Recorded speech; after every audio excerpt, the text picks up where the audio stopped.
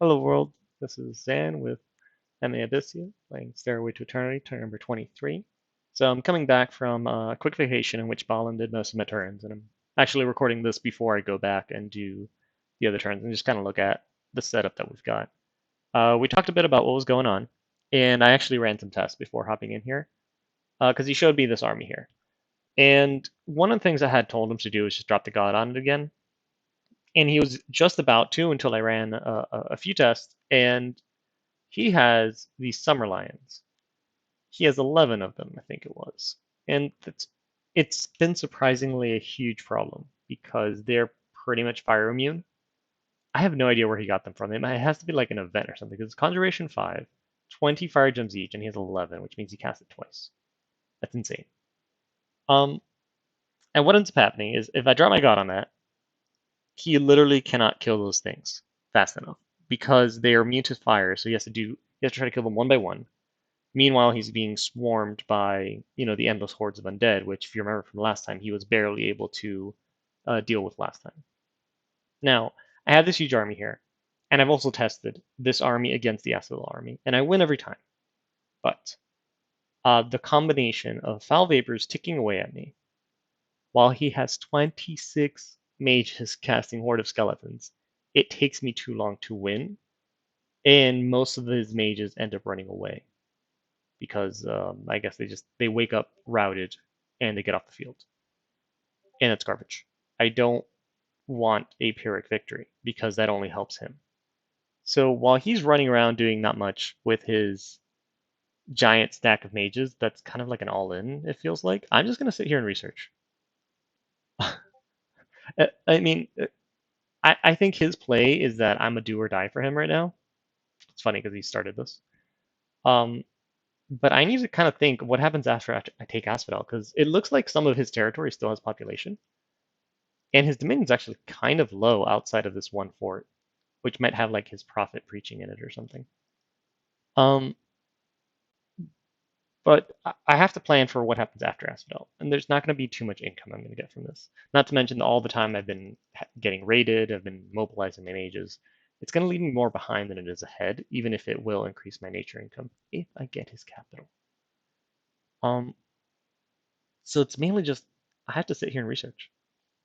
Just wait for him, and I don't mind this because for turn 32, my research is atrocious. It's really bad.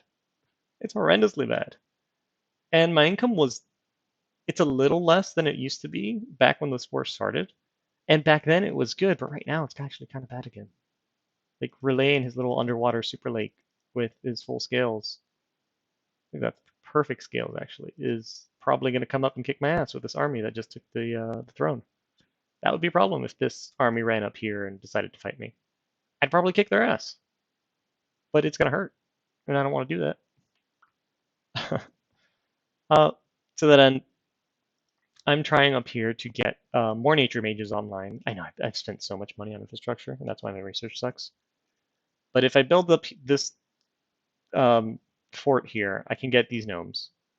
So I don't have to rely on an N1 mage with Thistle Mace to keep me alive. Instead of building a Thistle Mace, I can build a Cornucopia, which it's usually not built either.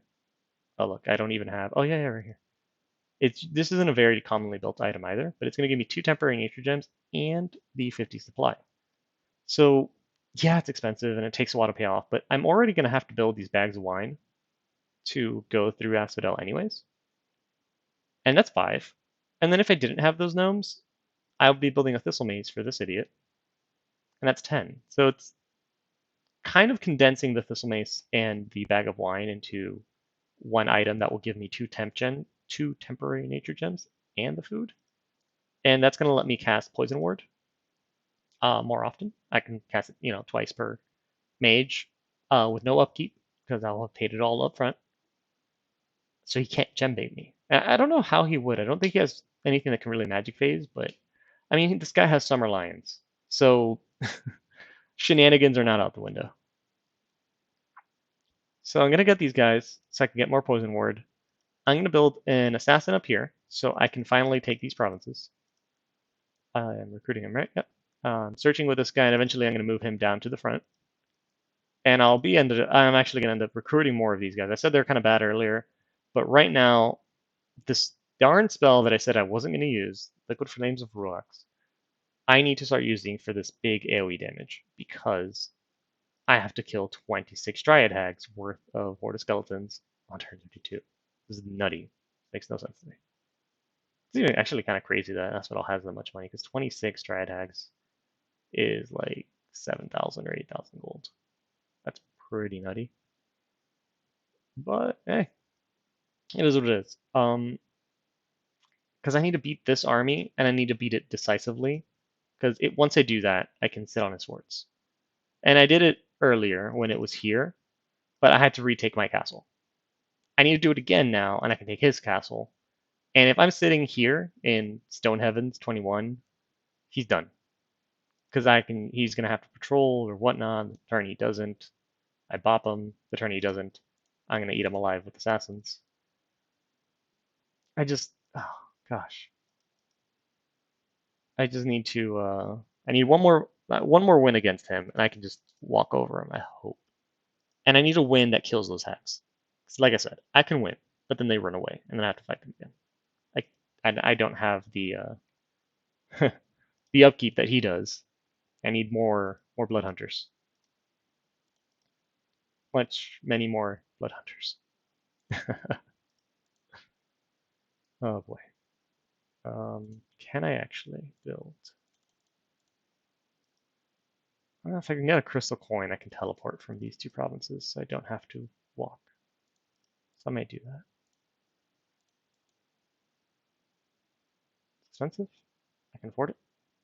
A plus. Let's get that crystal coin in, and now I can teleport my astral twos from my capital to at least wherever they might be needed. Or if it's a situation where they get caught out of place again, I can teleport them out. But that's mainly just going to help me blood hunt better. Although I haven't been recruiting many because I've been having to recruit demon bread because I'm poor now. Other than that, I think we're good. We're going to keep walking back and just dealing with his raiding.